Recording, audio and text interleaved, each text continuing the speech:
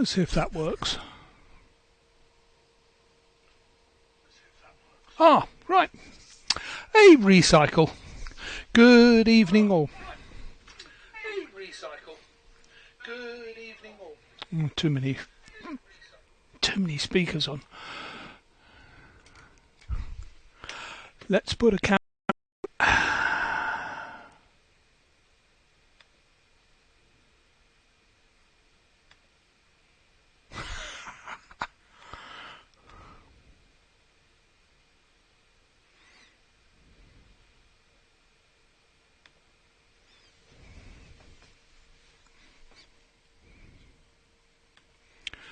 Right, well we'll go for a different camera then tonight. I recycled, got my audio back, but lost my C920 webcam. So this is the laptop camera. Very good evening to you all. Announcements for this week. Don't forget it's an activity weekend. Both here and there's a contest on in Holland. So could be quite an active weekend on the bands, and I know there's high pressure, so there's a chance conditions will be a bit up as well. Unfortunately I won't be on. I'll show you why, one of the reasons why on my over. But let's put it round first of all to Bernie. I see you're ready to transmit. Too much recycling. What's that about? No idea. Okay, but let's go for G4HJW to transmit first and then be followed by John G7JTT. I'll type this all in a minute. Colin G4KLB. I have Mike G0MJW, Richard GI4DOH, Jim G7NTG, and then Martin G4FKK is tonight's random order. Okay, round to Bernie, G4HJW to take it from G8GKQ.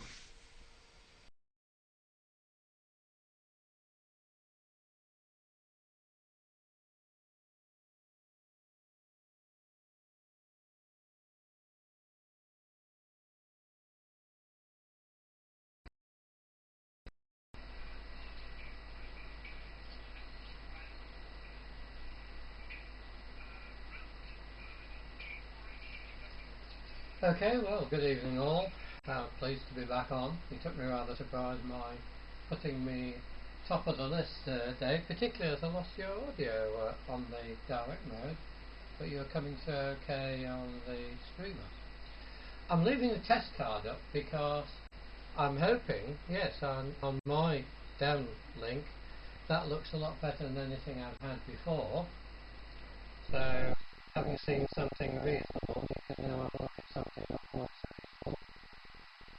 All I did, it's good to be back on by the way, after all these weeks off. As you know, I was having trouble with various things. Oh, and I still am. I've got to knock that audio off as well, otherwise I get burbles, not of my making. That should be okay now.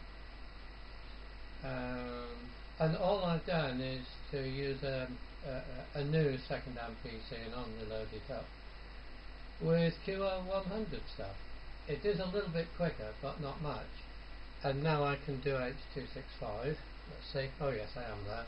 So I'm very happy with that. It's a different camera, which I think, let's have a look. Yeah, I think those are better pictures than I've had before. Also, there's still a little bit of daylight left, so that's quite nice. This is an old camcorder from 1990. It's one of Ian's G3KKD. I brought two back here. One that didn't work, I couldn't resist having a look at the black and white viewfinder tube, which is just amazing. That was a technology that completely passed me by. So yes, any comments, any reasonable comments, please make. But I think this is a lot better than I was the last time I was on, so I'm really pleased to be able to get back on. I've had a busy day today. I've been putting the two GB3 cam features back up, reinstalling them rather than installing them. John's 24GB can only needed a retweak, the crystal. It was a new crystal when the beacon was new. Had just drifted off. But mine, I struggled looking at synthesizer sidebands that were actually a 7815 that was taking off, so it was a bit embarrassing. By which time I just modified it to be an oven TCXO only, and I'm leaving that there because I'm intrigued to see how it ages. Temperature wise it's okay, but it has aged a little bit, so that's an interesting thing. I've more to say. I'll leave that to the next over. Now I will say something. I'm sure you'll recognise all of these. That's the earliest one I found at Ian's, CQTV, May 1972. Plus lots of very interesting little books that, well, it would have been interesting at the time. I don't know whether there's an archive or an archivist, a friendly archivist, and whether, because I've got copies 78 to 184 CQTV. I don't know whether they have survived elsewhere in a digital form, but I've got them if anybody is interested. And I've said too much already, so on to you, John. G7JTT, G4HJW, with a test card just for a second or two.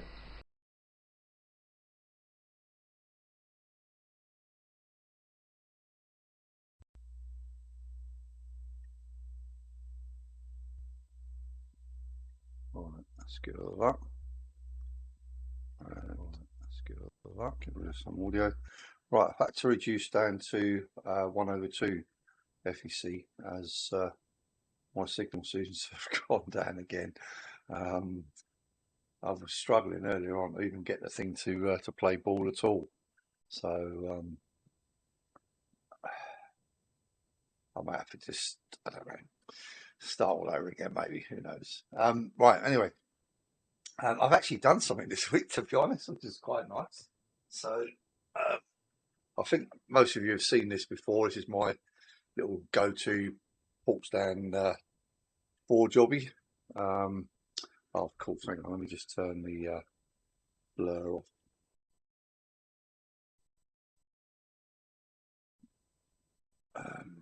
That one. Right, camera, turn off effects. Right, there we go. Right, so you can better see it now. Give it a few seconds. Right, anyway, so that's my go-to box, all fully battery powered, etc. M2 is going to look awful now. I think I left it on the right frequency. No, I didn't. Oh dear. Center frequency clear 2409 0.750. Enter. Right. Let's just turn that light and gain down a bit. Probably a bit too much now. Oh. Settings, line gain 50. There we go. So there you go.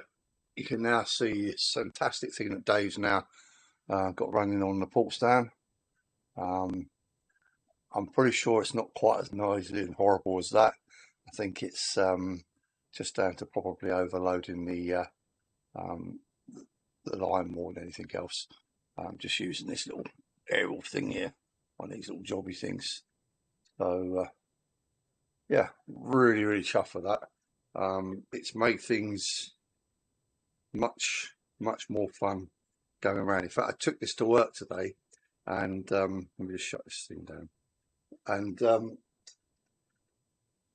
one of the places I work is next to Southampton Airport, and I was able to sit there on my lunch break and pretty much band scan and see everything that was going on around there, including the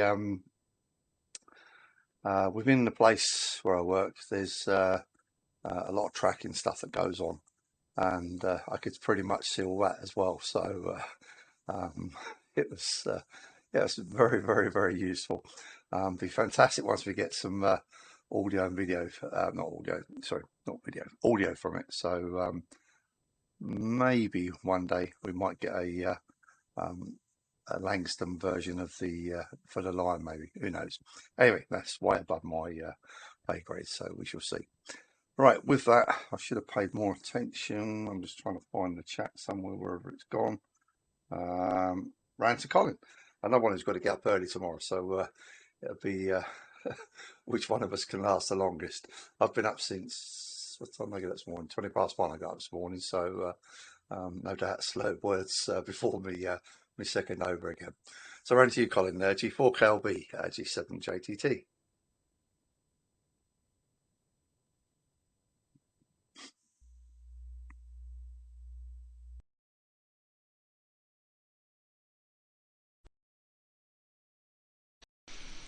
Okay, thanks a lot, John. Excellent. Okay, right, let's do that. I haven't quite mastered the art of running all this stuff, running all this stuff at once. I've got OBS over the top of all the other bits and pieces, unfortunately. But there we go. Yeah, so what have I been up to since I was last on? I've built a winter hill, which I can't quite show because it's actually, I just realised it's still running there and plugged in. So we've got that all working. I've had great fun with that. That's working a treat, actually. I built a knucker as well. Here's a little knucker. I've tested that across the shack. That works all right. So when the time comes to operate on the lower frequencies, then we'll be able to do that. So been playing with all sorts of things, really, lots of bits and pieces, really. So got all that done. Yeah, the contest. I want to know why the contests are always on when I've got to work the entire weekend. It's happened every day so far. Every contest that's been on falls when I've got my long weekend where I have to do 12 hours Saturday, 12 hours Sunday, but there we are.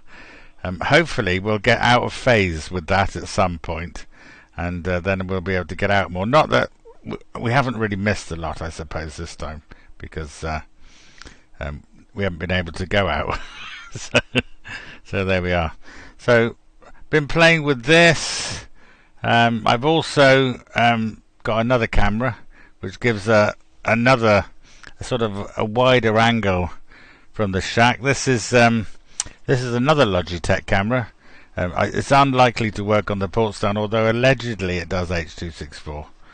But that's yet to be tried. I seem to have broken with one of the port stands doing something or another. But we'll try it. But it's unlikely to work. There's only one supported camera for a port stand. That's the C920. But I didn't purchase it for that, luckily. But I was just inquisitive. This is a C930E, which I'm quite pleased with, actually. As it gives a much wider field of view, and I'm just seeing, how does the autofocus work? Is it quicker a little bit? It's meant to have better audio. I've just realised actually something, that it might have snuck the audio. Oh, it hasn't. That's all right then. That's okay. The problem would be that sometimes you get audio added whether you like it or not on OBS if you're not careful. But it doesn't seem to have added any. I've only got the microphone showing on here, so that's okay then. But it's meant to have a little bit better. The C920 audio I don't really like. I find it a little bit echoey and such like. But the pitch quality seems very good indeed, really. So I say this is another Logitech. That means that frees up one of the Logitechs to be used for the port stand, really. That's the main reason for it. But I just fancy trying this one, seeing if it was any good or not. So you can compare the difference. Let me just move this so I can see what it looks like on air. Let's just have a quick look. So we can switch cameras relatively easily. They're slightly offset from each other. So let's just see how that goes. So this is a standard C920, which still seems to be still seems to have the best reviews as being the best camera, but that's C920. This is C930E coming up, so I don't know what the difference is. Yeah, I say it. This is much wider. This is marketed as a business camera for video conferencing, I assume, because where you would have a lot of people to fit in. I think that's the idea of it.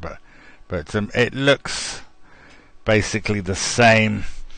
Actually, if I pick up this one, does it? Oh dear, I've got no wire. That's the trouble. If I pull on this, I've got a bit of wire now. Got a bit of wire, a little bit of wire. That's the other one. So if we just quickly switch that off, then we'll see that is the C920E. That's what it looks like. Basically the same sort of thing. Instead of blue, you've got white. This, that, and the other. There we go. I noticed that the prices have started to fall now, so I wouldn't necessarily recommend buying any cameras at the moment, although I just have, because I've noticed that the prices are now after lockdown is starting to fall. I should imagine there would be a lot of second-hand ones as people return to work and no longer need their cameras for working from home, etc. There might be second-hand ones, but certainly they sort of they've had the best of it, haven't they? Been overcharging for these cameras for a very long time.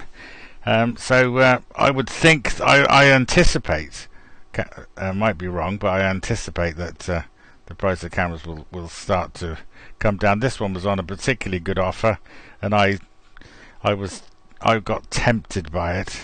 I was looking at them and I see all the prices. Then I had this offer. This one came from Amazon, actually. Other sellers are available.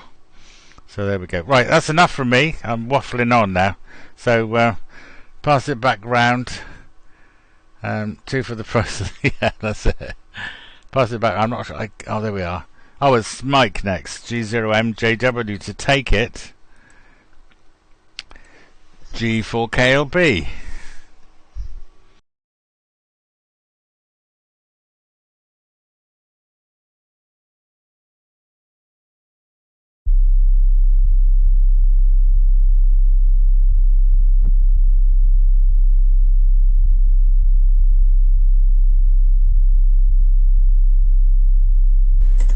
Very good. Right, hopefully a picture will appear shortly.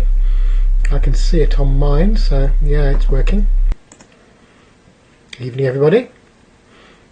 Hopefully with sound and everything else. Yeah, so I can do that camera thing as well, Colin. You're looking at me at the moment through a C920.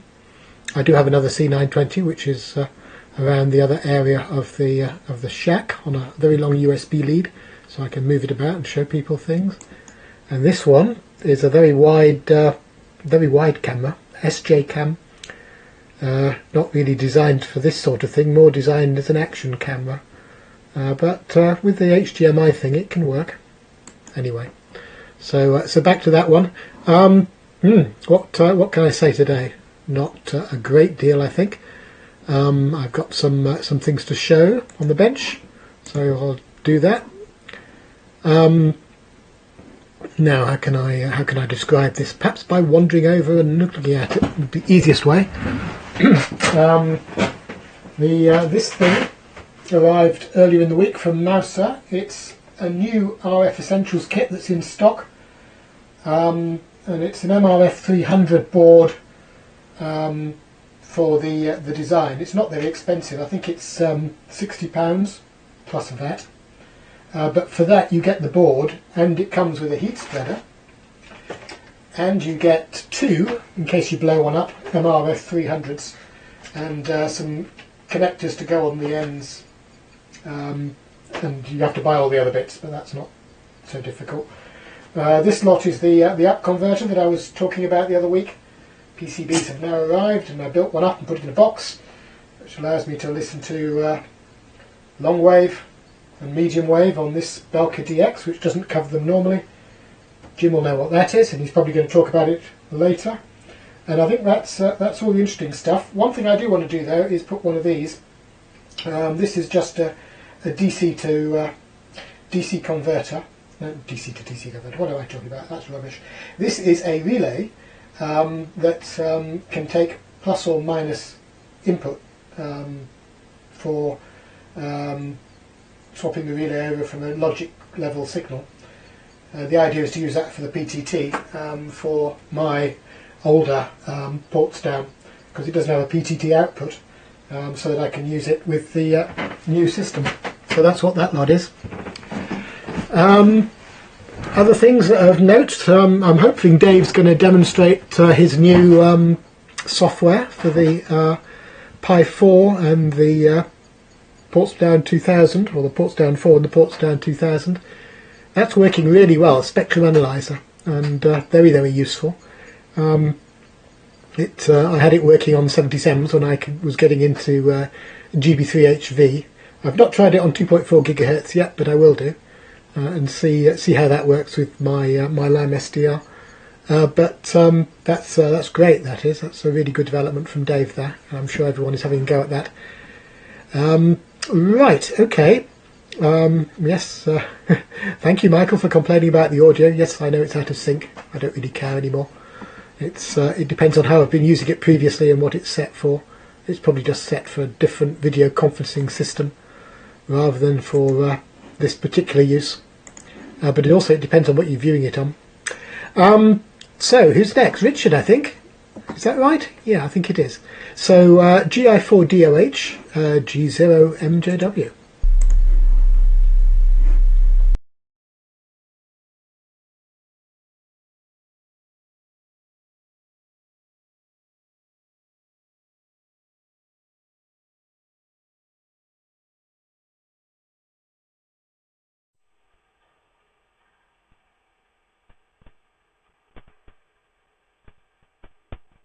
One, two, three.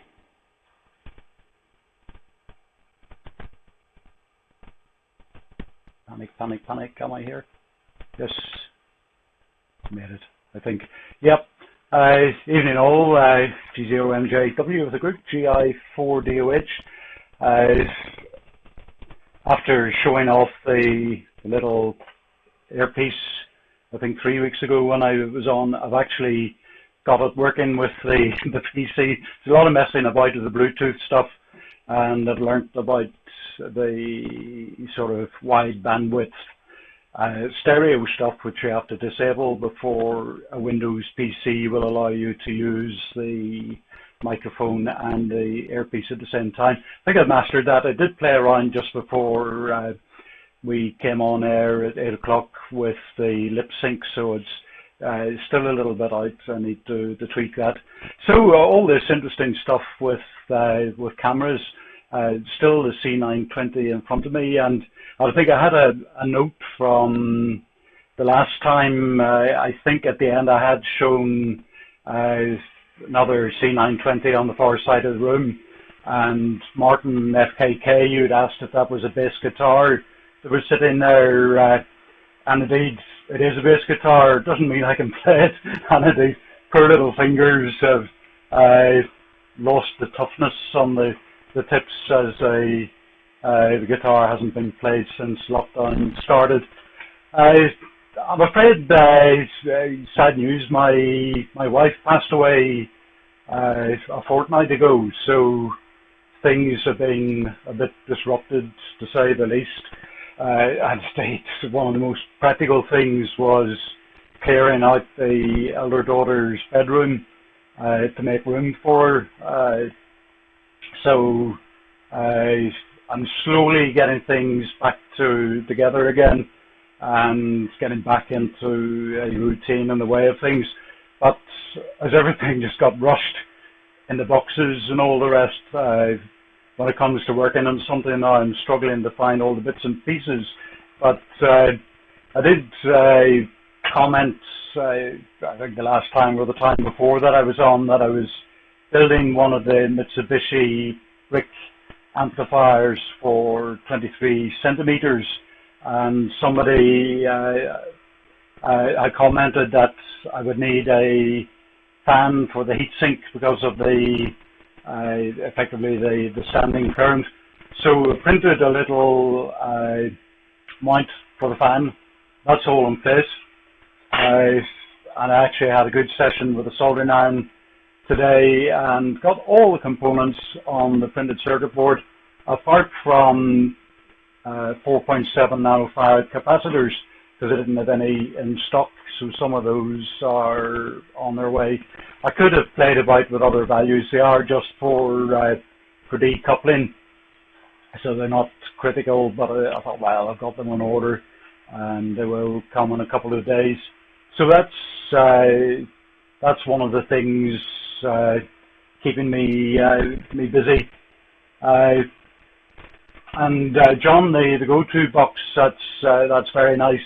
I've really got to start thinking that when we come out of lockdown and I start wanting to get portable with things, given that I've never been portable on VHF, UHF, microwave or anything like that. I need to get things in a way that I can sort of connect them up and use them very quickly. So I have a lot to learn in the practicalities of packaging and getting things together. So lots of interesting stuff for me this summer as lockdown eases. So that's probably enough for me for the time being. I just one thing caught my attention while sitting here was a little polythene bag that had a couple. I think it was J310 JFETs in it, and it says, warning, to avoid dangerous suffocation, please keep this bag away from babies and children. There have to be very small babies and children. That just amused me. So I'll pass it on then to Jim. When I get the Mitsubishi brick amplifier finished for 23 centimeters, it'll be on to the 70 watt job, but got to start a little and work up, but I've still got the bits sitting there, Jim, for that. So I'll pass it over to you, Jim, G7NTG with the group. This is GI4DOH.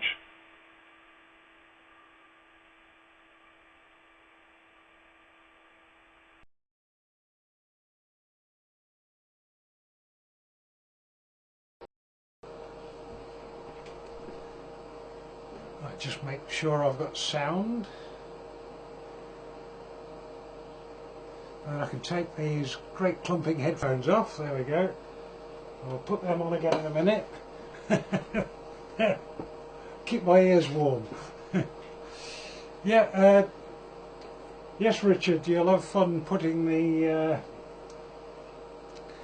bigger amplifier together. I've been working on a few of those for people recently. And my condolences about your wife.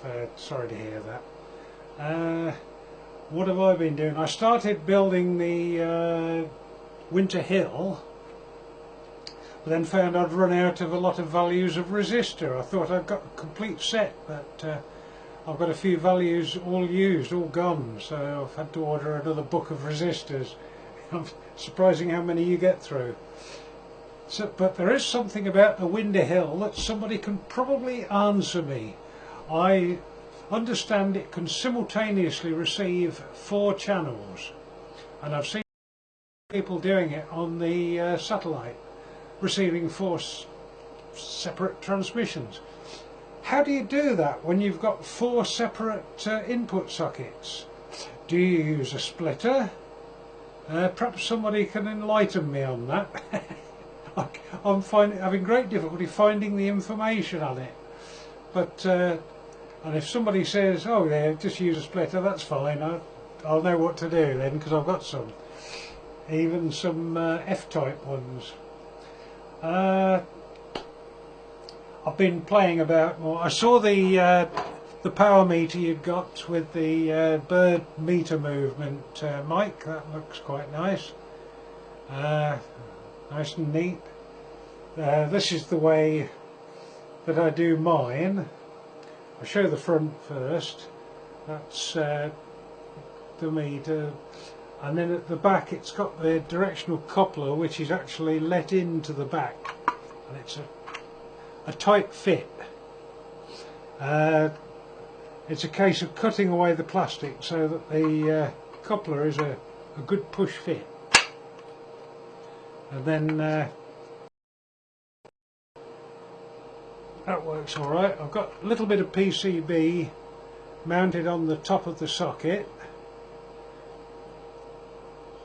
and that houses the diode, and I've just started using some Schottky diodes that are power diodes, BAT 41s, which are 100 volt 200 milliamp diodes, much more high power, and they give me a very nice almost linear scale, tending towards a linear scale, which is very good.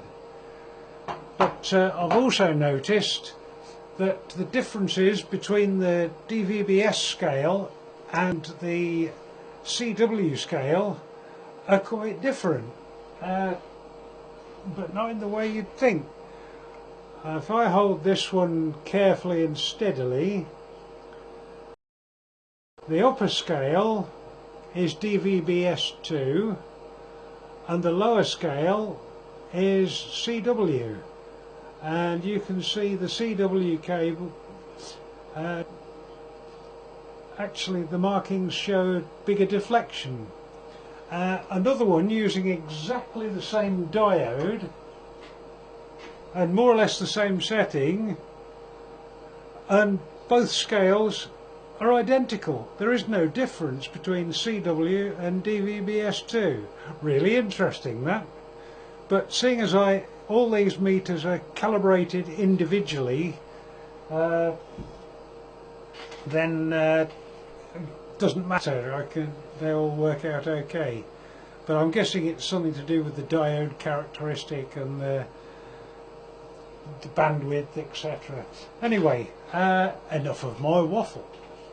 So it's now around to Martin. So G4GKQ with the net.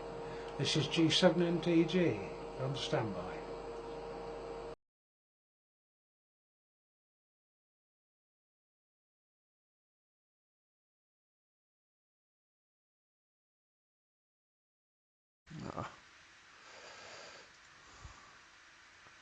That was a bit much.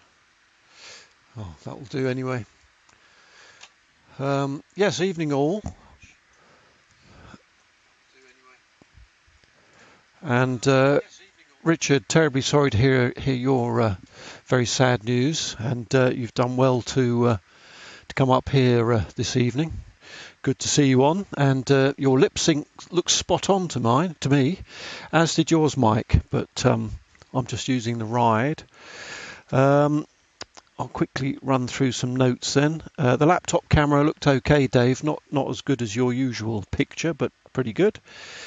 Activity weekend. I notice it's the 4-meter contest tonight as well. So I might have a quick bash at that later on. And yeah, the spectrum analyzer, which I assume you're going to show, I won't dwell on it other than say it works fine business here, Dave. I like your new test card, Bernie, and the new camera too. And the old CQ TVs would be interesting. I'm sure there is an archivist somewhere, but I've got some very old ones upstairs somewhere, but I can't remember where they are. I was a member back in the 70s. John, thanks for going over to 1/2 FEC. You were you were D 1.2 with me and D 4.5 with Mike. But that's because I'm partially deaf in the dish department, and Mike's got a bigger dish anyway. That's my excuse. And the portable port stand looked fantastic. Lovely job. Colin, well done on the Winter Hill and the Knucker. I've got step closer to the Winter Hill build here. So this arrived this morning, which has got most of the bits. I see they've run out of the little RF chokes that are used. but I think I might have some of those somewhere. My Nucker has got a I shouldn't really show this because Gareth really should show this, but Gareth very kindly printed off on his 3D printer a front panel for my Nucker, but I haven't got a picture of the water dragon on it like yours, Colin. Oh, and if we're doing cameras, by the way, I've got a slack handful of cameras here. When we were doing the BBC Wales move to Cardiff, all the radio studios, which I was involved with, of course, had to have webcams because apparently you can't do radio without pictures now. So we were trying all sorts of different cheap, more expensive ones. So I've got the usual the Logitech one, whatever that is. This was quite a good one. This is a Hewlett Packard one, HD. And then this is a very bad one here, which was £16, I think, on eBay, brand new. It's not actually as bad as I'm making out, but the picture's not brilliant. I can show you the picture on that one. It's currently pointing at my GPS-DO OCXO signal generator and frequency standard. And the one that's the HD one is used with this, and I use this when I'm Skyping my mother so she can't see the state of the shack, otherwise I just get an earache. I don't think I showed you that one showing the GPS locked thing. It's quite funny, I was showing various cameras on GB3HV the other day, Colin, and someone made a comment, it's just like Colin, so I assume they mean you then, if you've got lots of cameras. Mike, that RF Essentials kit looks brilliant. Your lip sync looks spot on. And okay about the bass playing, Richard. Yes, I haven't played in public since, the February before last, in fact. But I keep the chops up, so my fingers are still hard as nails. What else have we got here? Jim, the power meters look great. I've been spending some more of the children's inheritance by buying some of these. So you'll recognise that box, I'm sure. And interesting on the BAT 41s there. I thought most diodes I've tried in that sort of circuit have been pretty non-linear, but that's interesting. I'll see if I can find one. Right, that's enough from me. So round to you, Gareth. I think, is it right tomorrow, Gareth? We're going to try a bit more mobile, DVB-T mobile. I hope so. That was quite good fun. So with that, round to you, Gareth. G4XAT, G4FKK.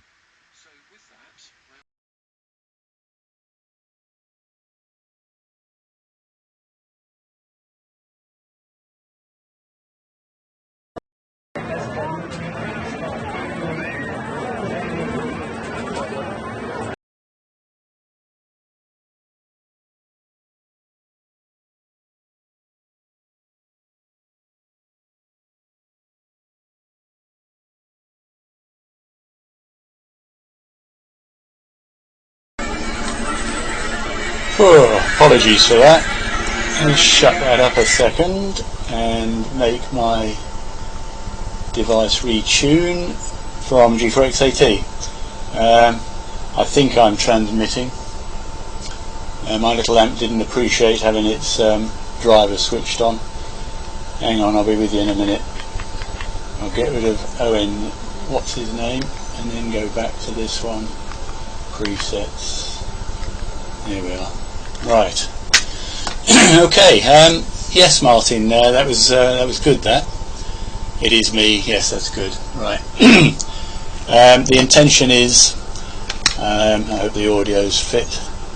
The intention is. Yes, it is. Right. Okay.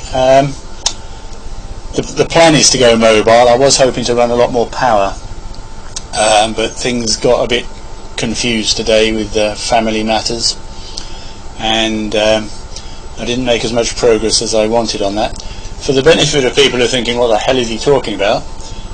Jim will probably recognise one of these nice little amplifiers. It's 70 SEMS. It uses one of those little MOSFET bricks, and as per Jim's mods, I've added a bias pot and stuck it in the linear zone. It's got a little output filter. Doesn't get warm on DVB, but it does get warm if you run FM through it. So it's probably a receive filter for Wi-Fi or whatever, lower power. But anyway, it doesn't emit smoke. And I was running about half a watt of clean DVB. DVB-S as it turned out, and I was parked up on a local hilltop, and I found later I'd been getting into HV, which is 40 odd miles distant, and I was using vertical polarization as well. So that's a damn good spot that I found there. Unfortunately, there's no mobile phone coverage, so I couldn't get talk back. Bit of a lash-up setting. Okay, power wise, I didn't want to use the car battery, so I was using this. It's a 98 watt hour Toshiba laptop battery pack, which I bought a couple of several years ago, brand new, 15 quid a pop. Goodness knows how many cells in there. I suspect it's 3x3, and that's a little magic gadget board with poly fuses on it and an enable capability. Turns out there's data on these all over the internet on how to power them up. I can draw 4 amps out of that continuously, and it delivers about 7 amp per hour under duress. So I was quite pleased with that. Okay, I've got some progress on my 2 meter amplifier boards as shown recently, and I've made progress on the case as well. It's a recycled box, but it keeps growing. I keep adding bits to it, which is of course my own fault, and that's the fan and heatsink assembly that bolts on the bottom of the box. As you can see, I like my 3D printer, and I'm probably waffling now, so I think that covers it. Jim, where did you get your resistor kits from? I'd be interested in that. Activity weekend, well, let's see how we get on tomorrow, Martin, and I might be able to do more of the same on 70 SEMS, but not on anything higher, I don't think. I'm just not set up for portable or mobile ops, really. The 70 SEMS isn't too bad. Okay, that's enough from me. Round to you, Dave. G8GKQ to take it from G4X AT.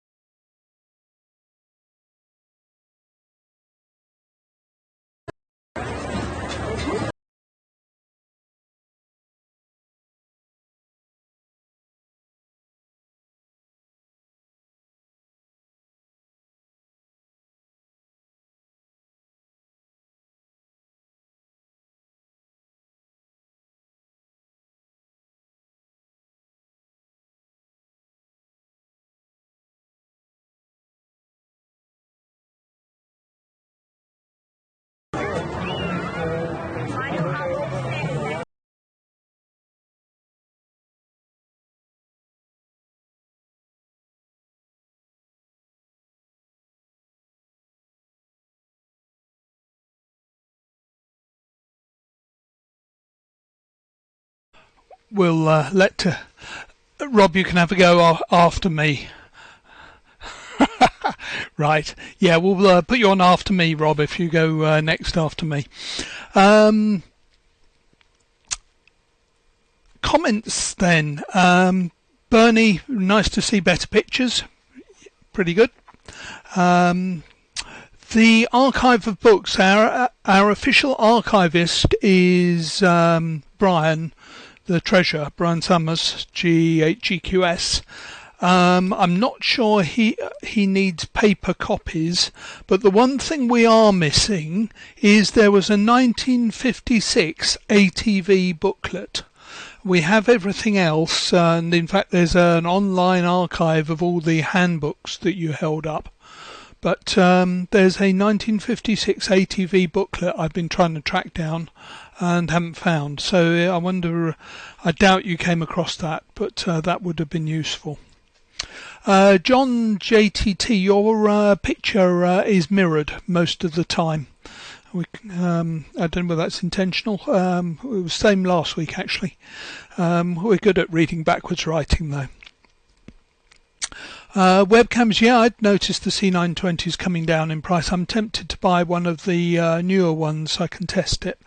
It might, the reason for buying it might be stated to the rest of the household slightly differently, but there we go. Lip sync seems to depend on what receiver you're using. Some receivers do it slightly differently. Ryde and VLC on Linux seems to be a reasonable sort of average, I think. Richard, really sorry to hear about your wife. I think you've done very well to get on the air at all, so my condolences. Winter Hill, Jim. By default, it uses the upper socket on each tuner, so you only need one splitter to feed the two tuners. So that uses the upper socket on each tuner and just use one splitter, and that's how you get 4 signals into it. They share the top socket. And good to hear you're doing some more mobile DVB-T tests. Yeah, give it a try with test card and see how that works, and then go on to some slow-moving pictures. That may well be the solution. Okay, what have I been up to here? Well, mainly software updates for both the both Portsdown 2020 and Portsdown 4. Let's show the Portsdown 4 here. This is the band viewer, the thing I've done most of the work on. 1, 2. Have I still got audio? Hang on. 1, 2. Oh yes, just gone out of view. That's showing my current transmission on a 10 meg span, just on a little aerial here. I'll just hold that in front on the end of the line there. Actually, it's got a 20 dB attenuator in there, otherwise it just is far too much. But that's the current transmission. In case you're wondering, the dB scale up the side is sort of reasonably accurate, but if you get too much power, you end up going into limiting, and the limiting happens about the -20 mark. If I take that little aerial off, you see I'm still getting signal around the shack. I'm just going to plug in something else here, so I can do another bit of demo. Going to settings, frequency presets, 748 megs, which is the IF of my LNB, and that's why that frequency is used, Mike. And there you can see the transponder. If I adjust the frequency using these buttons here, go 1/10 of the span left and right. So that's put the center on the center of the transponder. You can see my transmission there, the one below there, another one there, and that's the beacon over at this end. On settings, you can take it out to 20 megs there. So there's the transponder there, and you can just about see the transponder noise floor with me is about 2 or 3 dB above the noise floor outside the transponder. You can put a marker on so it'll find the highest signal, which luckily is the beacon, and it gives you the frequency it's on, which if you've got a carrier is pretty accurate. So that's the sort of thing it does. Back to the main menu, and then just to prove it supports down, you can just go System, Exit to Portsdown, and we're off back into Portsdown. So that's the main activity. The reason I won't be on for the activity day, let's go back to that camera. A bit of fade, I'm not very good at this OBS stuff, is this is my 2-meter talkback set up for activity day use. I used to have this microwave modules amp and all the DVBS stuff dangling loose. Well, I found this old Pi 2U rack in the garage, which is quite heavy, but it's quite sturdy. So I'm going to put all the heavy 146 meg stuff in that rack, and then it won't flap around the car. So that's all in pieces at the moment. So let's put it round to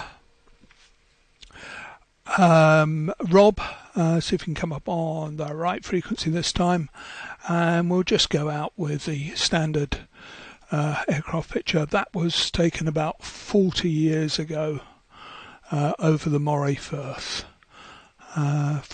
G8GKQ.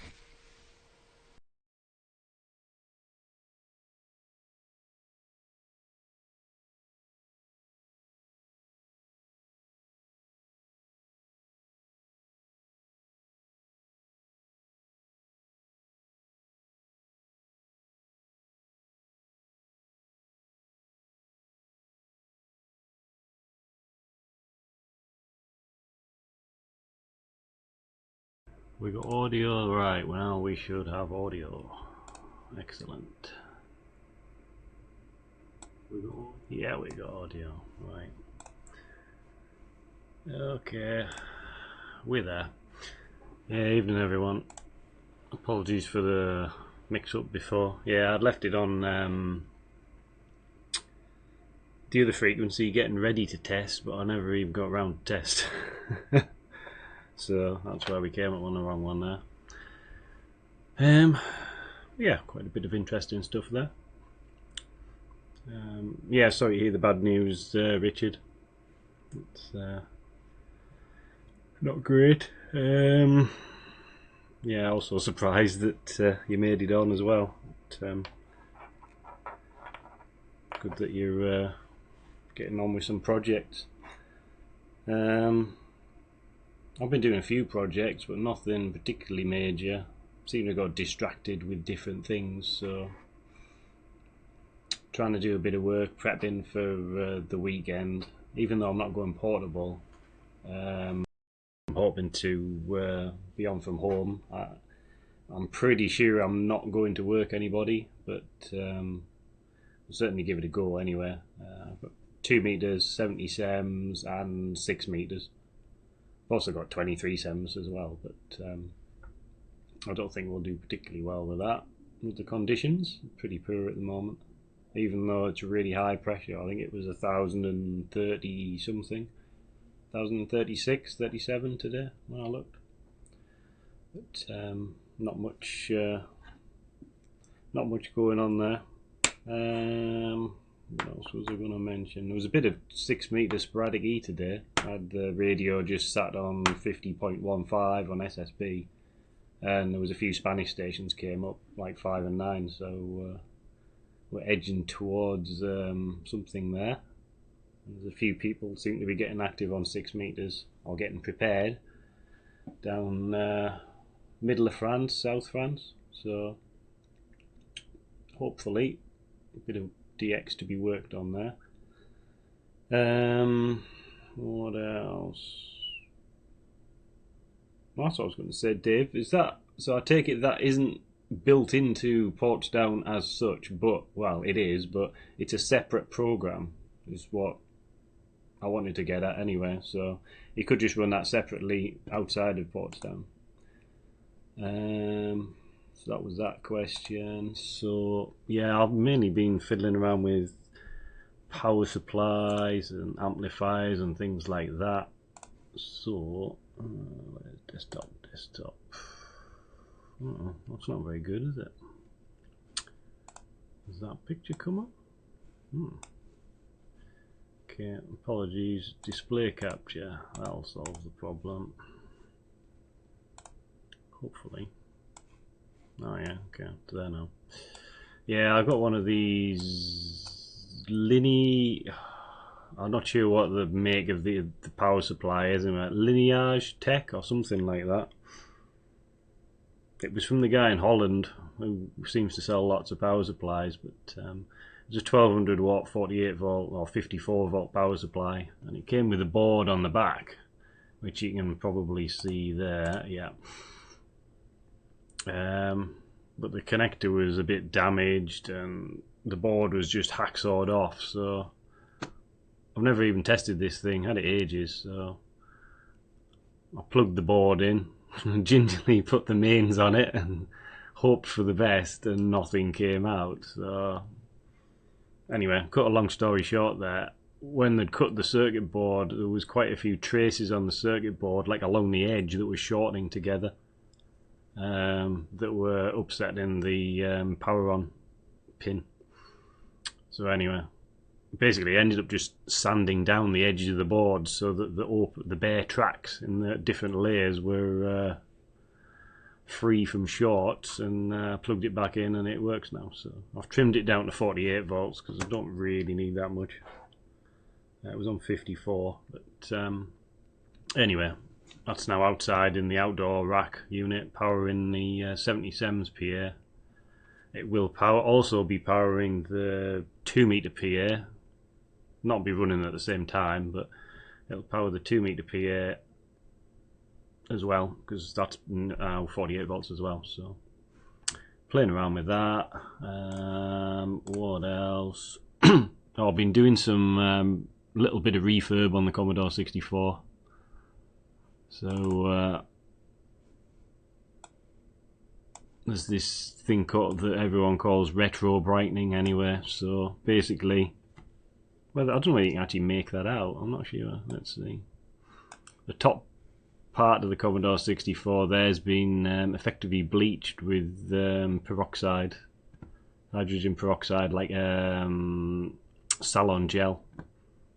Coated in that, leave it out in the sun, it comes up really nice and clean. The bottom half of it you can probably see is not very nice, so I've done it all now. It looks really, really good. So a little bit of playing around with that, and that'll probably do for now. So who is it round to next? Apologies.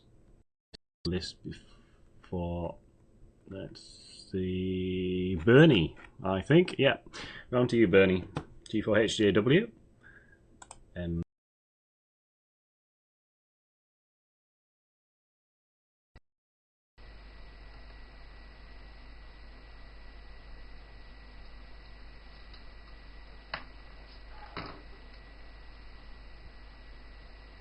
I'll just wait until I get a picture up.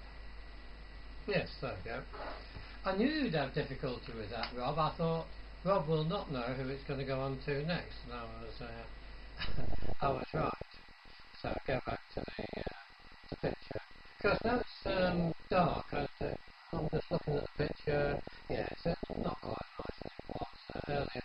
I've not set up the lighting for it. Oh, I'll be burbling. This is a damn nuisance at the minute. Because I'm using the camcorder from Ian, I'm going through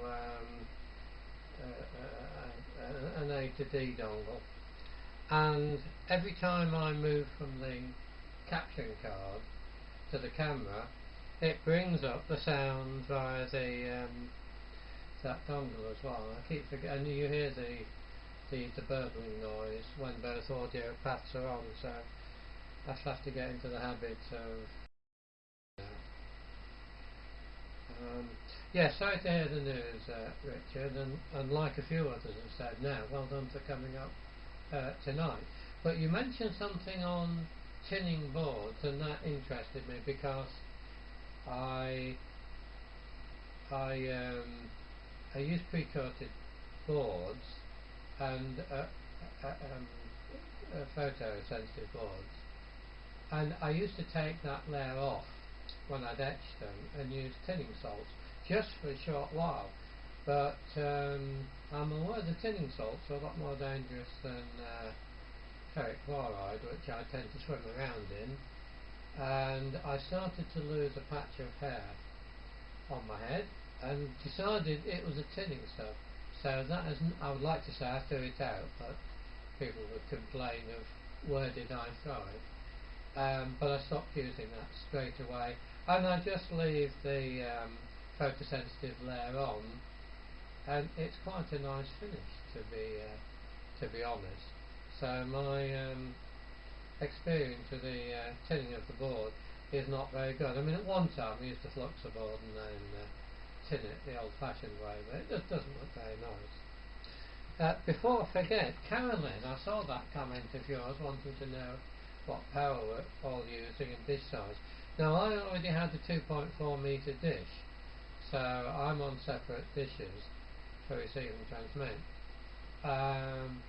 The advantage for me using the 2.4 metre dish on transmit Hello Cat is that I only have to use 10 watts or so, which is quite handy because it gives me power to quite a bit of power to spare, so I'm happy with that. But you wouldn't expect anybody else to do that because it takes up so much space. Okay, on what you said, Dave, about the friendly archivist. I haven't brought everything home in terms of paperwork, and I would digitise anything anyway, unless it's a museum. That's a good point, actually. If there is anything that you've already got, or the archivist has got, it'll go up to Finningley. That's my backstop. So Ian was more of a hoarder than I was, and there is tons of stuff. So it'll all go up. Useful stuff as well, old but useful. So I think pretty much all of us know the building that is just put aside for junk. Good junk. It's all going to go up there, I hope. But Kevin had a car run into the back of him a week or so ago. So he's okay, but I think he's probably a bit shaken.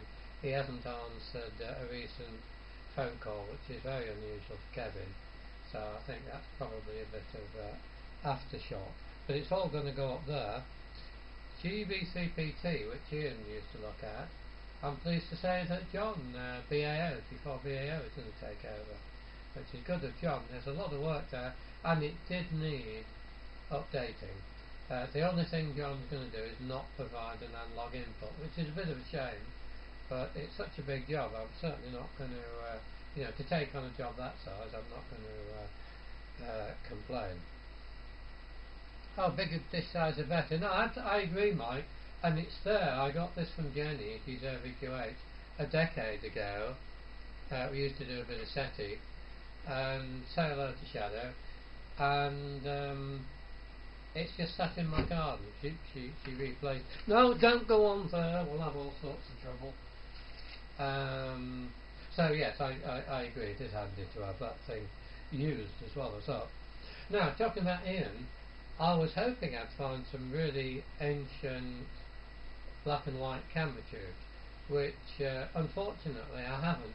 But of interest for anybody in Cambridge is that the oldest tubes I could find were standard 1-inch Vidicons, but there was a cathodian one in there, and for anybody who's local, cathodian was part of the Pi group, and they did everything on what they made. They didn't have to buy much in, so from what Ian used to tell me, after the war they had a German physicist in, so all the photosensitive layers and what have you was all done in-house. Like Pi used to be with the radios, everything was done in-house, transformers, the lot. Those days have gone, of course. What else?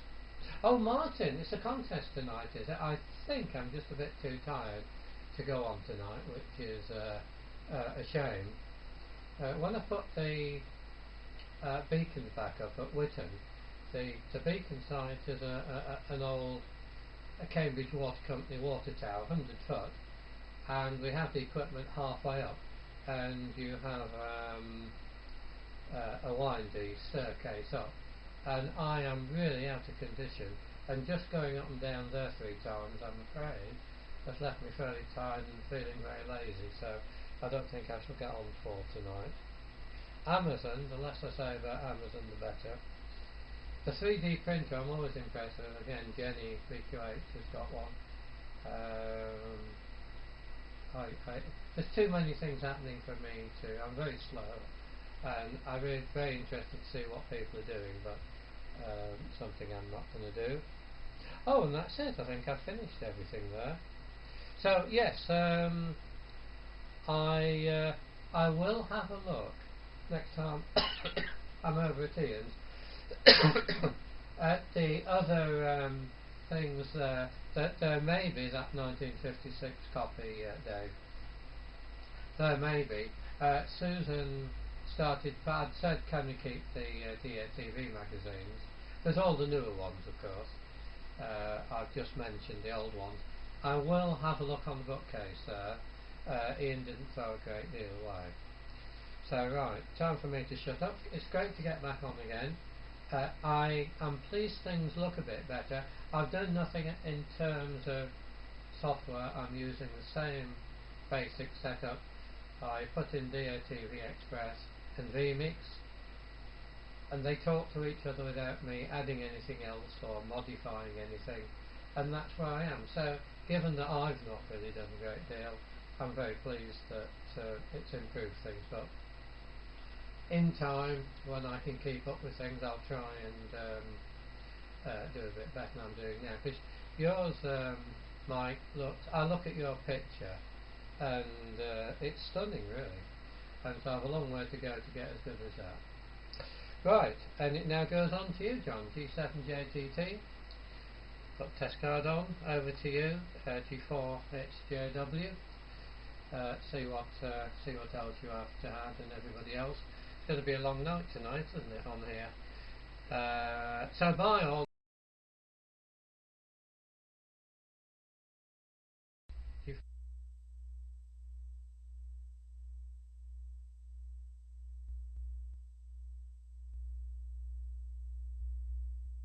Right, let's get rid of that. Right, okay. Firstly, sorry to hear the sad news, Richard. Yeah, it's always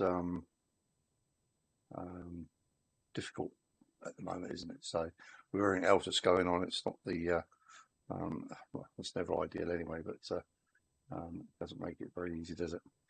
Anyway, I wrote some notes down. Bernie, yes, video, I meant to say it earlier, sorry, the last time, that your video's a lot better. Just heard you mention Whittam. I used to live in Whittam. I was born in Deptford, or Greenwich rather, brought up in Deptford for a couple of years, and then early 70s they shipped us all out of London to the new towns, of which Whittam was one of them. And I lived in 2 places in Whittam, in a place called Redwood Close, and 18 Court 11 was the first place we used to live. Went to Templar School, was it? I'm pretty sure it's Templar School.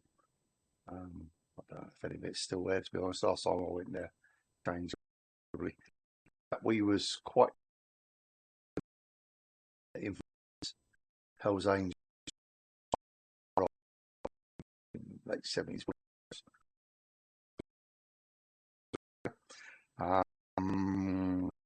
Yes, mirroring. I shall show you on button there, move, right. So the reason is I've changed my camera position. So what you can see there's the I had and I forgot about the mirroring. So yes, hopefully now it should be right. That's fine. Yeah. So the other thing, while I got this, Jim, you were talking about splitters. That's what I use They were available at the from Graham call sign. Anyway, he had boxes of them, and they were very useful. And the nice thing is, you'll notice on some of them, the F types have been replaced with BNCs. If you get the long reach BNCs, you can actually unscrew the F types out there and put BNCs in. So I've had a mixture. And the way this thing works is you feed volts from your LNB. So there's the LNB is fed via a satellite receiver up there, and the output from that comes down to there. So the volts go in there, but it's a zero gain. So it's active split. Effectively, there's no loss, and it also stops the voltage coming out as well. So global, quite well known make, others available obviously, but that's the sort of thing I use. So input and 4 outputs, and no of any DC voltage going out to any of your delicate devices at the other end of them. So that's one thing.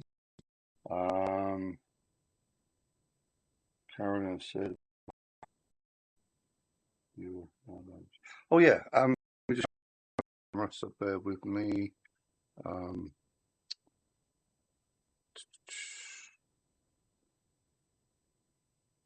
on. Right.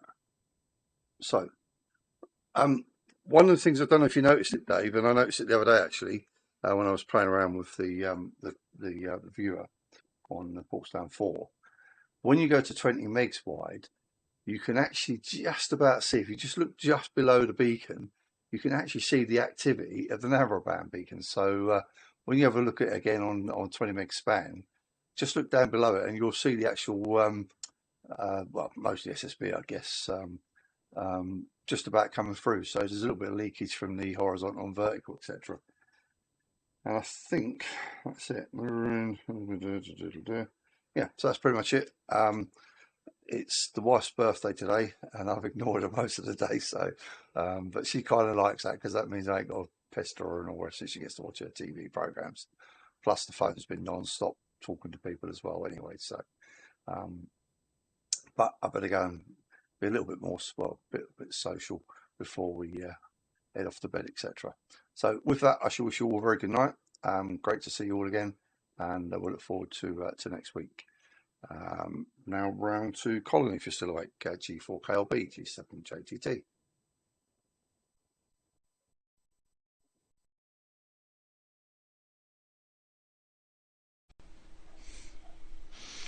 Right, okay, thanks a lot, John. Excellent. That should, hopefully that'll come through all right.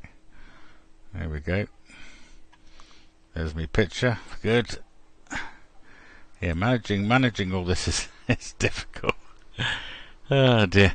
Yeah, well, I use the global splitter as well on the Winter Hill. Well, I've got they also do an 8-way one. They also do them with ends as well. I have never seen an N one, but apparently there is an N one. But the global splitters, there's a few on eBay still. You can still get them on eBay. But I'll say I've got an 8-way one on this dish at the moment, and that feeds a multitude of receivers.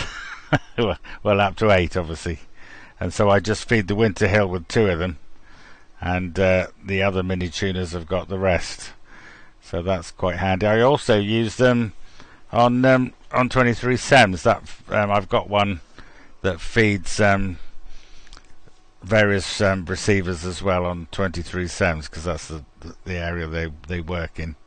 So they're pretty good actually, not bad at all. Not a lot else to add really. I'm talking of 3D prints. I missed a lot of the previous overs. My mother rang me because it's her birthday today. I've been ringing her and leaving messages, wondering why she's abandoned me, so to speak. But it turns out I was ringing the wrong number. I got through to a guy who wondered what on earth was going on, and I'd been leaving him messages all day, apparently. So for some reason, the mobile number was actually I was ringing up, so somebody in Cornwall got upset anyway. So So never mind. Anyway, I got through to her in the end, so I had to have a little chat with her. So I missed a few interesting things, unfortunately. But talking of 3D printers, I've been, in an attempt to tidy the shack, I've built these rather, I shall demonstrate its usage, to hang on the back of the door. What I've been mainly using, the door handle as a cable storage solution, and most of them are now on the floor now because there's rather too many for the door handle. So I'm going to fit these on there. So that's the there we are. That's the little things. This is someone else's design, and I just scaled it. It's actually much bigger than this. So I've been doing that. But I've had some trouble with the 3D printer. This one behind me here, that's an Ender 3 V2. Which was the latest one, but there appears to have been an issue with the main boards in a 2-month period from around about Christmas. For 2 months they seem to be failing all the time, but they're not putting their hands up to admit this problem. But the solution is to fit a new main board. So there's one on its way from China. So that should be all okay. This it started off and it just overheated. It's a stepper drivers that once they've been cooked, they don't seem to play ball anymore after that. But the new ones now are okay apparently. But it's yes, it took a bit of diagnosing. Luckily, lots of other people have had, well, not luckily, but other people have had the same trouble. So I managed to glean the information from various forums and such like. It all makes perfect sense now. So there we are. But anyway, hopefully we'll get that back in service. I might have to bring the other one back in, the one I built myself, for the time being, till the bits come. I tried to order one from the UK. There was none in stock. I wonder why that is. Then I ordered. Then I thought, well, I'll get it from Europe, but that area they're not posting at the moment. And so in the end, I got it from China, which was possibly the most cost-effective, as it turns out. So we'll have to wait and see. Right. Okay then. Oh, you've got a missing tooth. I've had all my teeth are falling out. Probably that's what happens, I guess, these times. So I haven't been to the dentist in a long time, actually. And I still haven't been. So eventually, I'm going to have to, I guess. But I guess things are easing a little bit, aren't they, on that regard? So there we go. Okay then, that'll probably do me. I am reasonably tired. I have to get up not as early as John, admittedly, but the trouble is I find I can't sleep because I'm worried about oversleeping, and so I'm not. So today I was sat there waiting for the alarm to go off. So oh dear, there's a state to get into. So I shall miss all the contests because I say it's my long weekend. 12 hours Saturday, 12 hours Sunday. Every time there's a contest, it seems, or an activity day, I should call it, really. So there we go. Anyway, and okay, on the power. Well, my dish is. I frequently have to go out there. It's suffering from a little bit of metal fatigue and such like as well. I often have to go out there and manually reshape the parabola. So I just go out with I put it on low power, and go out there with my mobile phone with the BATC wideband spectrum monitor, and just lean on it in various places, and I can get I can double the power actually. So it's a bit of an ancient thing, but I was determined to use it. But eventually it'll be replaced. Eventually. But probably not while it's still working, but I think it'll probably fall off eventually, so there we are. Right then, okay then, round to Mike there. G0MJW to take it. G4KLB.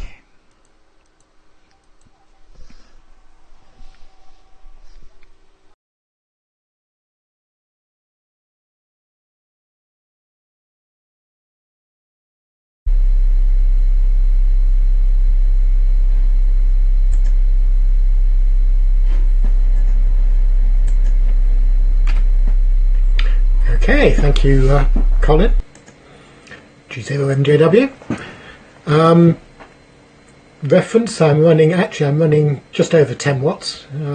Probably I'm running a little bit more than I should be, but wanted to make sure Tim has a good signal to get onto the stream. Right, a few other things to talk about then. Lots of interesting discussion. Let's go over to this power meter. So unfortunately the bird power meter was faulty. One of the springs had failed. So I bought a new one, not a bird one, a cheap eBay one. So that's what I've got for my box. And there's two halves to it. I guess you can probably see that.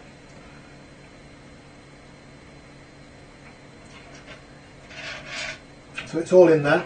I'm just waiting for a sensor to come up, and then I've got that bit and that bit, and they fit together, and there you have it. And those are about £4. Those are about £1 each or something like that, so it's not very expensive. So quite a nice thing to make, so thank you for that, Jim. I'm going to look into diodes and decide which ones to use. The other thing is, shaky cam time. So I have a very, very long USB cable for the camera, which gets tangled in things, but hopefully it will move over to this part of the shack and show you this thing. So that's what Dave was showing. That's how I see the transponder. My IF is 955 megahertz. Now I think I can probably, if I go to settings, frequency presets. Oh no, we haven't got one. Okay. Center frequency 2409. That'll be close enough. Don't know. No. Line gain 100%. Yeah, so that's the level of leakage. It's not very much to see what my transmission's like, and I don't think it's actually working quite as it should be actually. I've actually got the right frequency even, I'm not sure about that. Yeah, I'm not so used to it as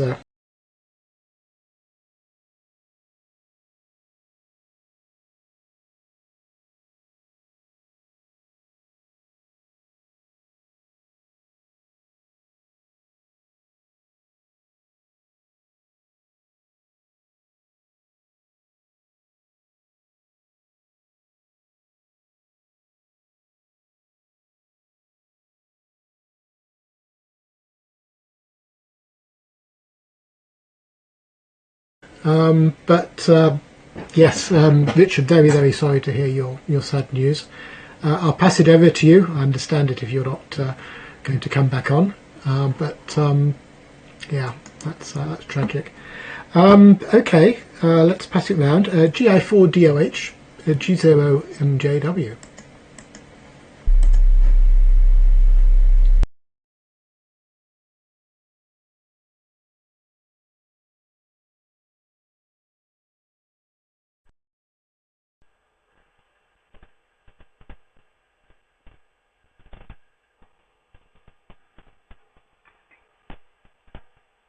G0MJW of the group GI4DOH. Good evening all again. I haven't come up on my main screen. Yeah, there I am. Yeah, thanks for the wishes, guys. Really, it's easier to get back into the way of things now. I did have a go at the RSGB 80 meter Club Championship CW on Monday night, and was very sluggish to start with, but so I got into the groove and was in form at the end and felt a lot better for it. And yeah, I'll keep myself occupied as I normally do. It's have to make my own tea and coffee and all the rest. It is a bit quiet. Bernie, on the tin-in things, which the tin-in solutions is too late with me. The hair's all gone. And really, with the PCBs, I have found in the past, if you don't remove every last bit of photoresist, or if I'm doing toner transfer, you don't get rid of every bit of stuff with the acetone, and if you aren't intoxicated by the fumes, it doesn't take to the board very well, and it's quite possible I hadn't cleaned everything off the board that time, but maybe bear that in mind in the future. If you're going to actually put the components on the board straight away, it doesn't matter. A bit of oxidization subsequently won't matter unless it's going to be outdoors, in which case you might want a conformal coating and all the rest. What else? Colin, yes, I like the 3D cable hanger. There's no end of things that you can do, and I know Don, EI8DJ in Cork, was looking at 3D printers.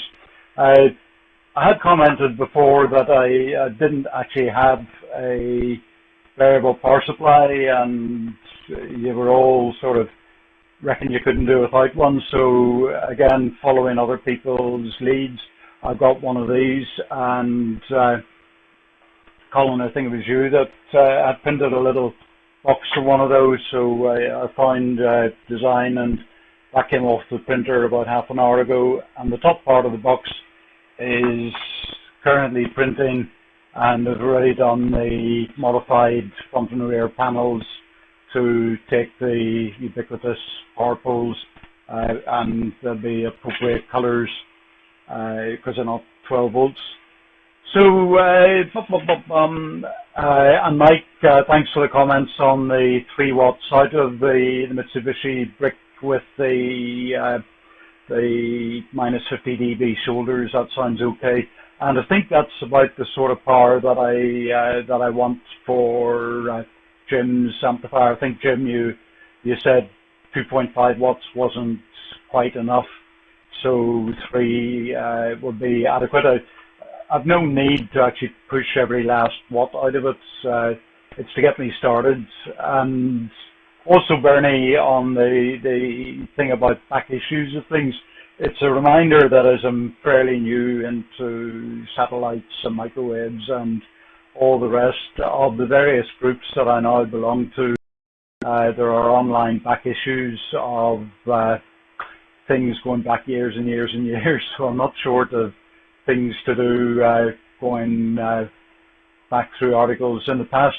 So I'll not hang about, but it's nice to get on the air again. I think the first time after this sort of thing is, so glad I've done it, and so thank you all for your sympathies. And should be, I don't think it's a radio club meeting next week, I think it's the week after, so should be around next week. So wish you all a very good night, and look forward to seeing you then, and pass it on to, it's Jim now, G7NTG with the group. This is GI4DOH. Good night.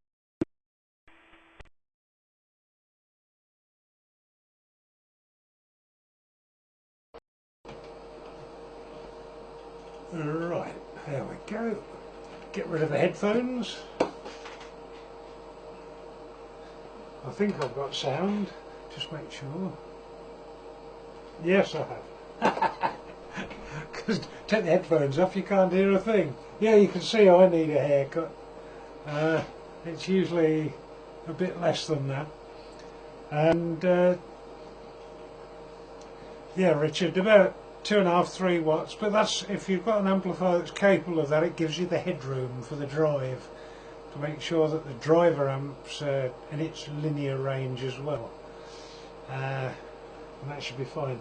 And thanks for all the help with the splitters. I've got it all noted down, so I'm going to have a look, although I have got a passive splitter somewhere, and that might be worth a try, because there's plenty of signal from the to allow for that. Right, and also Richard and Martin, talking of bass guitars, you can probably see one here. This is a bass guitar that I built in 1967. You can't really see it very well there, can you? There we go. It's not the original scratch plate or pickup. It's had a few modifications over the years, but I used it professionally for 10 years, so it's earned its keep.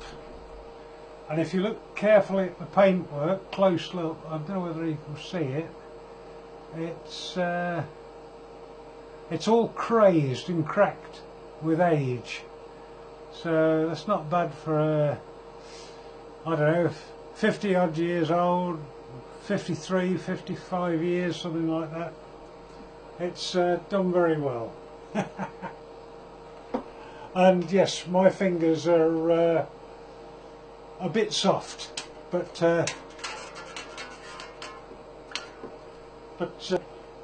can still play it. So anyway, I think keep it short. I'll get round to Martin now. So I won't hang about. So it's G4GKQ from G7GKQ with the net.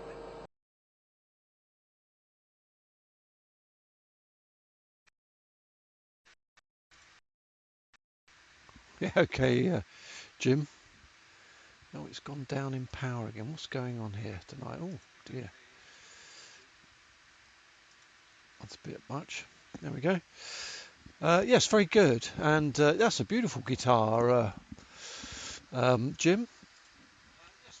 So I've got well, my old guitar. This is the one I use for practicing. That's an old Hofner President, 1959, same age as me, and it's still strung, so it's steel strung, so it keeps the fingers in lick. But no crazing on that. Those Germans knew how to put some varnish on. I used to play that in public. I've been playing in a band for about nearly 30 years, Jim, and we started off doing Irish gigs in pubs in London. I used to use that guitar for that. I was just having a look at, I think perhaps I'm overloading this, crikey. Span width, 500 kilohertz. No, I think I'm overloading the whatnot, Dave, possibly, unless my signal really is that thin. That's what it says on 2409, which I think perhaps shows I've got perhaps too much leakage in the shack. No wonder my head's boiling. Right, I won't drone on. I'll just quickly run through any notes that may be relevant. Good luck with finding that 1956 booklet, Dave. And yeah, the only thing I was worried about the DVB-T mobile tests with a test card is that you can't really tell if it's live. Well, I can't, because the test card stays there when you cut carrier. I think Gareth said earlier it'd be nice to have the bouncing balls one, but that might be a bit too much for the bit rate as well, from what you and Charles were discussing earlier. Another nice picture of an aeroplane there, Dave, by the way. You did have some good rides there, didn't you? Oh, you might get some 6-meter sporadic E if you're lucky, Rob. The weekend. It's middle of April now. Certainly on 4 you get the odd burst of it this time of year. So good luck with that. Tinning salts. Yeah, I use that as an excuse as well here, Bernie. I don't think it's tinning salts. I think it's just age here. And hello to Shadow the cat. Too tired for the contest? Yeah, I'm a bit tired for that as well. John, I remember seeing those global splitters at rallies, and I thought, I won't ever need one of those. There you go. And happy birthday to Mrs. JTT. Colin, your wrong number to Cornwall. Superb. He must have been very confused. And we used to use for cable hangers, when I was at BBC Radio London, we used to use tape hubs. You'd get a few quarter-inch tapes, take all the hubs out, stack them together, and you made very nice cable hangers. I don't suppose you'd do that these days. They're probably getting like gold dust, old tape spools. Yeah, Richard, thanks ever so much for coming on. I think it's a good thing though to take your mind off other things when you can. Right, I was just going to mention a bit of progress on 70 SEMS. Noel's not on tonight, but I think he might be watching. So I can now generate 5 watts of DVB anything on 70 SEMS using this old Mickey Mouse 2-meter transverter. So I generate 149 megs and it pops out on 437. But I've had no luck yet with my vertical trying to get into HV. But I will get a horizontal aerial up soon. The other thing that came in the DigiKey box was my UPS packed up a few days ago. So it spurred me on to order the components. And all these were changed. Lots of electrolytics. It's got my UPS has got 10 electrolytic capacitors in it, and 9 different values of electrolytic capacitors, which is very annoying, and all fairly high voltage as well. Right, that'll do for me. So I shall put it round to you, Gareth, and hopefully we'll see some mobile work tomorrow. So round to you, G4XAT, G4FKK, and good night and sleep well to everyone else as well.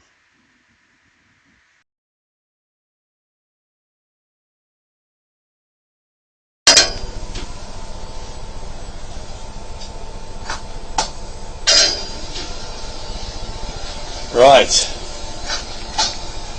I'm on from G4XAT. Thanks, Martin.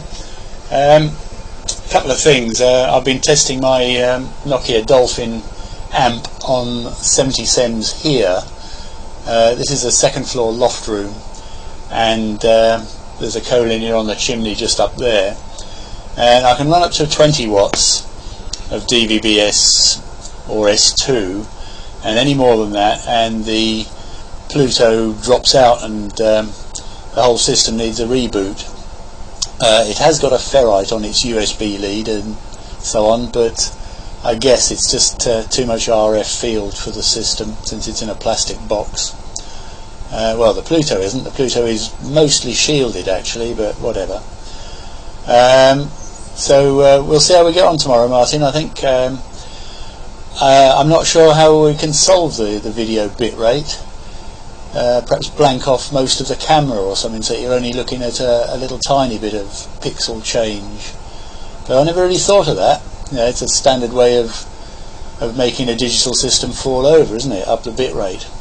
Anyway, this is a 16 element 3.5 stroke 3.4 gigahertz aerial, salvaged from something. I've stuck an SMA on the back of it, and in anticipation of trying to receive HV, I was wondering how to feed that SMA into this LNB. So I'm assuming a little quarter wave probe on the side in here somewhere will probably do a good job. I'd be interested on anybody's comments either on the wideband forum or email or on the BATC forum. With that, round to you, Rob, M0DTS, to take it from G4XAT in the group, and night all.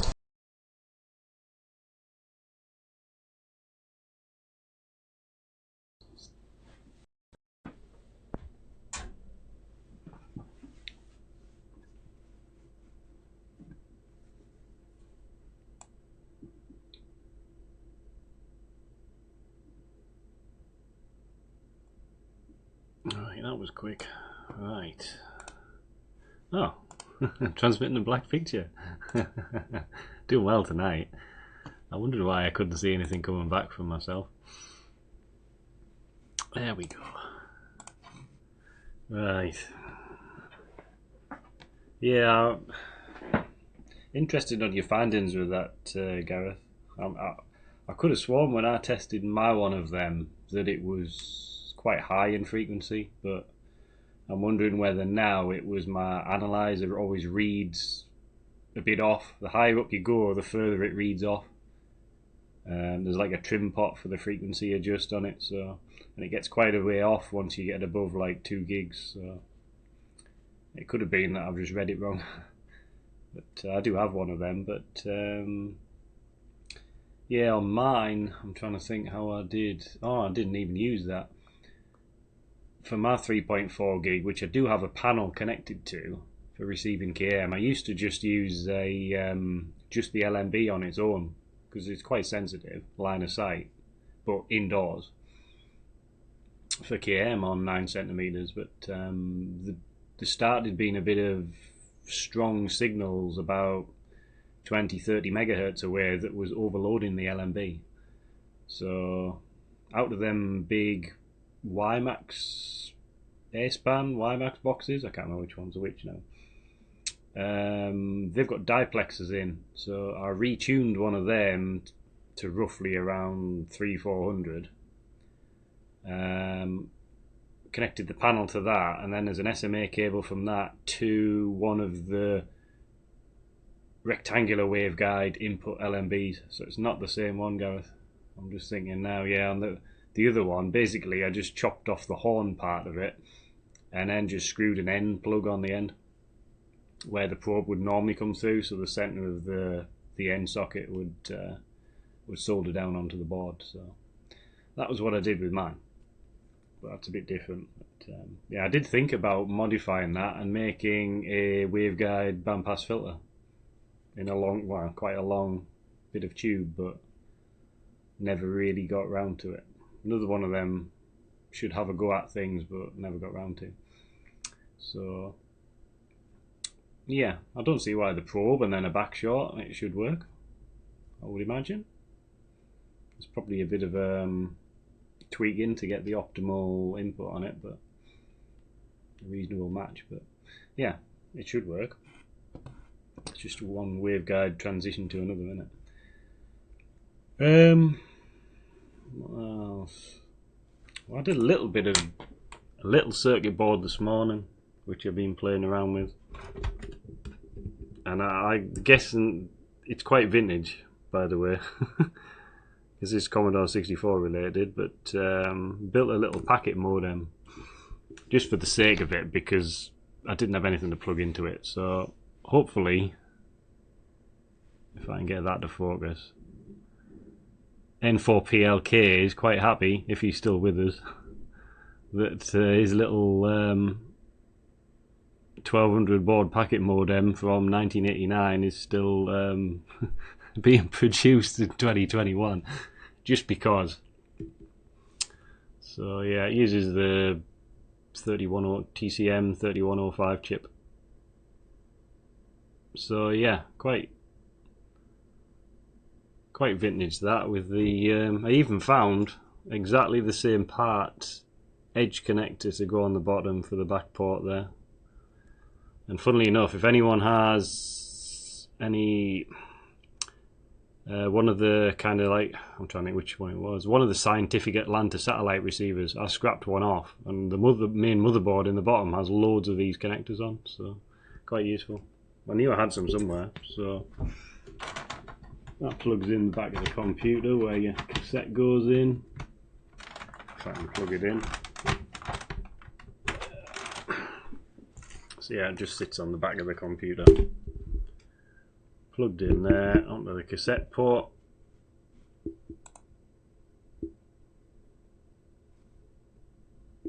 And it's decoding packet there using the Digicom 64. So there we are. So yeah, me and Terry's going to have a little play. He's got his Commodore 64 out as well, so we're just messing around really, but quite enjoying it.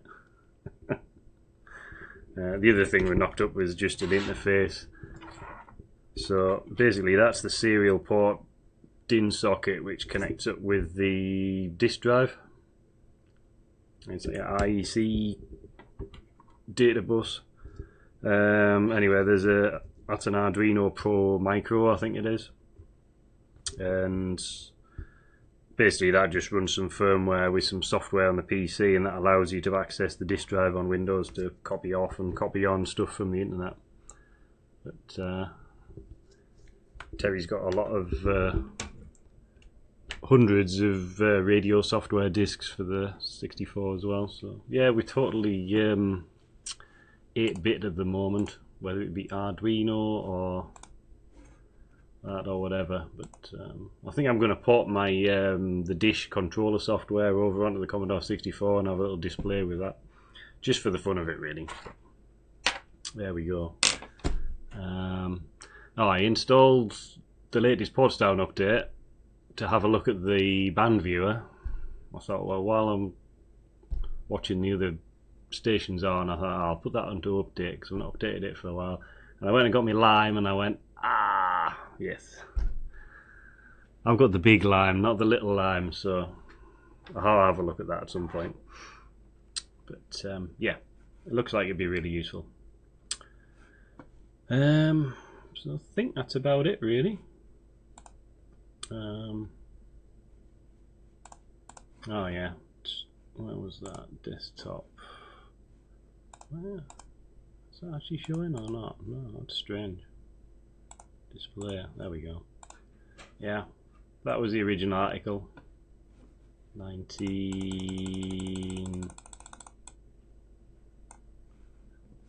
February 1989 on 73 magazine. So there we go. And it still works. Right. So that's it, round to Dave, and see you all next week. G8GKQ 0.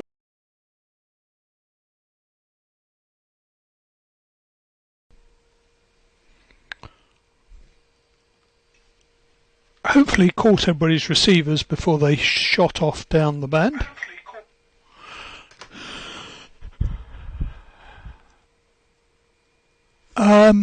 Right, Rob and Gareth, I think you might find that the Spectrum viewer works with the Lime USB. I will be very interested to know.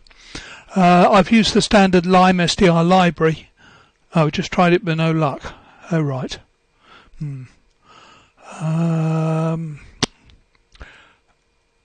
Just says Lime. Right, okay.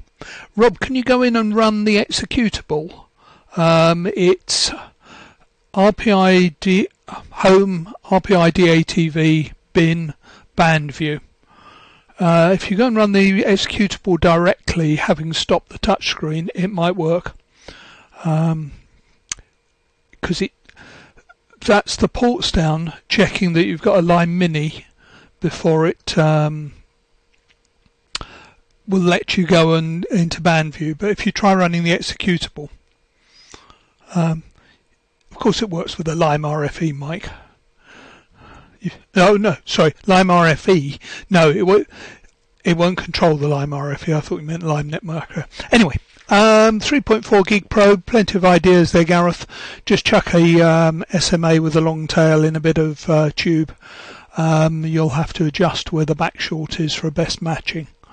But I would suggest doing that. That's what I do on one of my 2.4 gigs LNBs.